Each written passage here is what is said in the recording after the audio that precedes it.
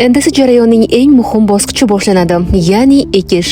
Plyonka yopish va tomchilatib sug'orish lentalarini joylashtirish bilan birga bu uchta jarayon o'zaro mukammal uyg'unlashgan bo'lishi shart, chunki aynan mayda detallar nihol chiqish foizini belgilaydi. Plyonka kengligi 2,5 metr bo'lib, bir modul 3 qator 76 sm teng oraliq sxemasi qo'llaniladi.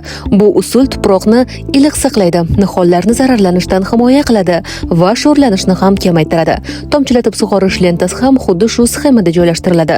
U urug' qatoriga yaqin, taxminan 6-7 sm masofada bo'lishi kerak. Ikki chet qator uchun lentalar ikki tomonga qo'yiladi. O'rta qator esa urug' qatorining istalgan yoniga joylashtirilishi mumkin. Ekish chuqurligi 1-1,5 sm darajada bir xil bo'lishi kerak. Har bir joyga bitta urug' aniq va to'g'ri joylashtiriladi.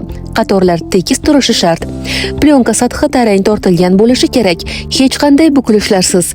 Aks holda issiqlikni ushlab turish va himoya qilish samarasi pasayadi.